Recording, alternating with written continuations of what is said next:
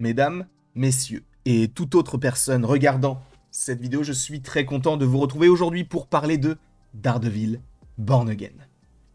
Et oui, il n'y a pas de suite, il n'y a pas d'intro, il n'y a pas de volonté en fait dans ce début de vidéo, hormis le fait qu'il y ait un but tout de même, parce qu'on va parler des détails cachés ou non des 2 premiers épisodes de la série. Est-ce que vous entendez un certain zozotement quand je dis épisode? Parce que c'est possible, parce que déjà que j'ai l'impression de zozoter, mais des fois le micro ne le capte pas bien, et du coup ça fait comme si je disais les the en je.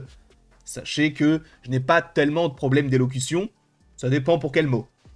En tout cas, sachez qu'afin de regarder cette vidéo dans les meilleures conditions, il ne faut pas avoir peur de futurs spoils parce que, en vrai, je vais te montrer des images des épisodes en question. Donc si tu ne veux rien savoir, quitte la vidéo dès maintenant. En tout cas, on est parti tout de suite pour parler du premier détail caché. On va commencer avec ce personnage-là. Alors peut-être que vous la connaissez, si vous avez déjà vu Jessica Jones, ce qui n'est pas mon cas. Jessica Jones, j'ai regardé les 2-3 premiers épisodes et ce n'était pas trop mon style, mais peut-être qu'un jour je regarderai, ce n'est pas impossible de toute manière, dans les séries Netflix, Iron Fist était une bouse monumentale, Luke Cage était une petite bouse, le Punisher Masterclass, Daredevil Masterclass, et Defenders c'était une bouse monumentale. En tout cas, ce personnage-là n'est autre que Hogarth, qui est dans la série en lien avec Jessica Jones, et on sait que Foggy a travaillé pour elle. Et il le dit lui-même dans l'épisode 1, quand j'ai travaillé pour ce cabinet d'avocats, donc c'était Hogarth avec 2 autres prénoms, je ne sais plus exactement, enfin 2 autres noms, je ne sais plus lesquels, tout simplement. Mais en tout cas, oui, on te fait référence à un personnage de Jessica Jones au début de la série, au début de la saison 1, au début de l'épisode 1, tout au début. Avec donc Foggy qui parle au moment où il est toujours en vie, puisque oui, il a été tué. Tué par qui? Tué par ce personnage-là. Lui, c'est Bullseye, qu'on connaît déjà, Benjamin Poindexter. Donc ce personnage qui est revenu depuis la saison 3 de Daredevil, qui logiquement devrait revenir aussi dans la saison 2, sachez-le. Et en fait, il y a un petit détail qui est plutôt intéressant, c'est que sur ses gants, on a le logo de Bullseye. Bullseye, sachez que son logo c'est une cible, parce qu'il ne rate jamais sa cible, il est très précis. Et du coup sur les gants on a la cible. C'est son logo qu'il a normalement sur la tête, mais je pense que ça va aller crescendo. Là pour l'instant, on a Bullseye avec un costume un petit peu, un peu classique, avec une sorte de cagoule et tout, qui ne fait pas vraiment penser à son costume dans les comics, mais quand même, il y a un petit souci du détail, et de toute manière, on va le revoir, donc peut-être qu'il y aura une update par rapport à son costume, mais oui, il y a bel et bien le petit symbole de la cible. On retrouve également Bibi Yurik. Alors Bibi Yurik, c'est la fille, la nièce de Ben Yurik, qu'on avait déjà vu dans la saison 1 de Daredevil.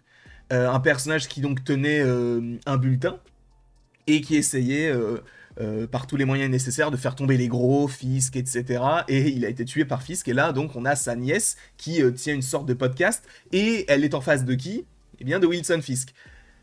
C'est assez paradoxal, mais du coup, c'est cool aussi parce que ça nous permet de recréer des connexions, des liens entre la série d'origine et cette nouvelle version qui, du coup, n'est pas, on va dire, comment peut-on dire ça, une sorte de reboot, mais une suite un peu différente.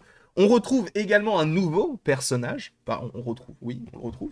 C'est ce personnage-là. Alors, on ne connaît pas encore son nom.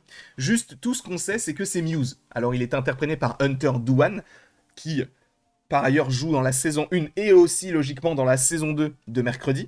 Et donc, cet acteur-là, il est censé jouer Muse. Donc Muse, c'est quelqu'un dans les comics qui est un antagoniste. C'est une sorte de tueur en série qui peint avec le sang de ses victimes. Là, on serait peut-être pas forcément sur la même version. En tout cas, c'est quelqu'un qui tague les murs de New York, qui va se moquer du caïd et qui a des problèmes psychologiques puisqu'il va voir du coup Heather, donc le nouveau love interest de Matt Murdock. Et justement, c'est lui Muse, hein. Ne vous posez pas la question de... Mais du coup, lui, c'est qui? C'est quoi? Il sert à quoi? C'est Muse. C'est lui qui a la cagoule blanche dans le trailer, notamment. Sachant que, justement, par rapport à cette même scène-là, du coup, Heather signe son livre.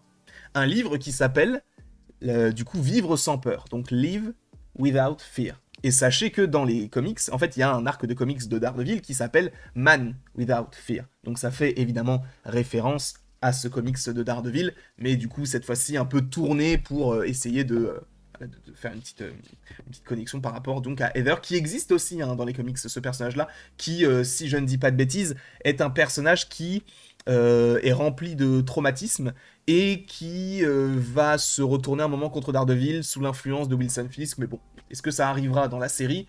Je ne suis pas sûr du tout. Évidemment qu'il faut parler du moment où on évoque deux personnages extrêmement importants dans l'histoire du MCU. C'est Spider-Man, puisque je vous rappelle que durant la scène comment on appelle ça, du discours de Wilson Fisk, qui donc est nommé maire, eh bien il parle d'un personnage habillé comme une araignée, donc évidemment que cela fait référence à Spider-Man, et il fait aussi référence à un personnage avec un crâne, enfin bref, je sais plus exactement ce qu'ils disent, mais ça fait référence au Punisher. Donc oui, lors de son discours, Wilson Fisk fait référence à la fois à Spider-Man et au Punisher, sachant que on a plein d'autres détails dans cette scène-là. Vous savez que, bon, au-delà de son discours, il est montré sur Times Square et il y a plusieurs petits détails plutôt intéressants. Dans un premier temps, évidemment, on a encore une fois la comédie musicale Rogers, donc qu'on avait déjà vu dans Spider-Man No Way Home, qu'on avait déjà vu dans Hawkeye, qu'on avait revu, je crois, dans un autre projet, mais je sais plus lequel, mais bref, en tout cas, on a la publicité donc, de cette comédie musicale qui, je crois, est à Broadway. On a également, alors si je ne dis pas de bêtises, on va zoomer dans l'image, cette bouteille, donc c'est Pingo Doce. Pingo Doce, c'est une boisson qui est assez connue du côté du MCU, puisque c'est une boisson que va boire Stan Lee dans l'incroyable Hulk. Donc vous savez, quand il y a une goutte de sang qui tombe dans le soda.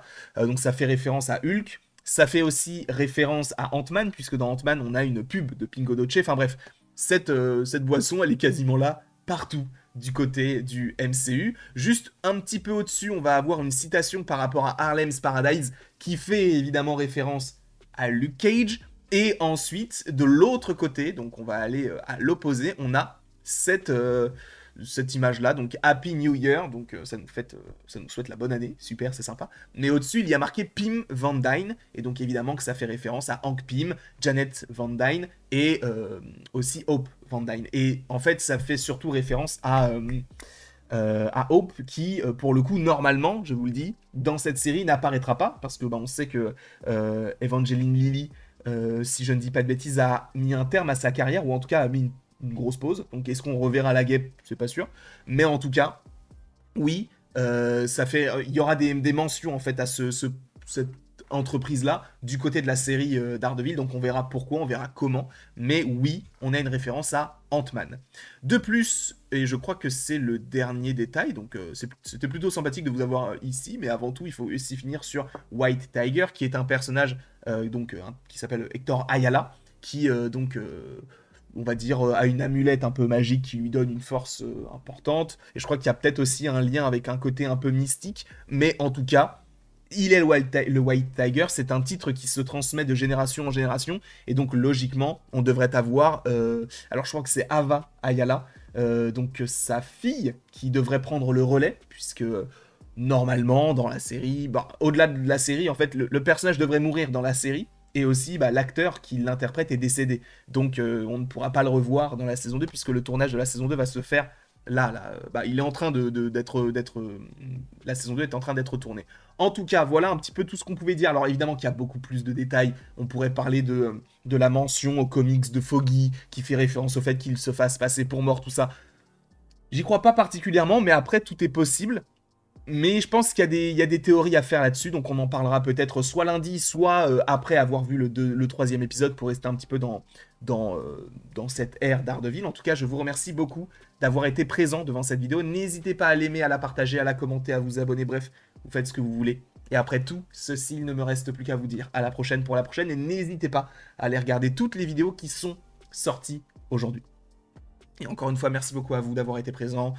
Il y a beaucoup de choses qui sont sorties, qui vont sortir actuellement. Logiquement, on est peut-être en live sur Twitch au moment où je parle. Peut-être pas, peut-être que Detroit Become Human, on vient de le terminer, j'en sais rien. Mais bref, en tout cas, n'hésitez pas non plus à suivre sur les différents réseaux sociaux. Ça pourrait être plutôt sympathique de votre part.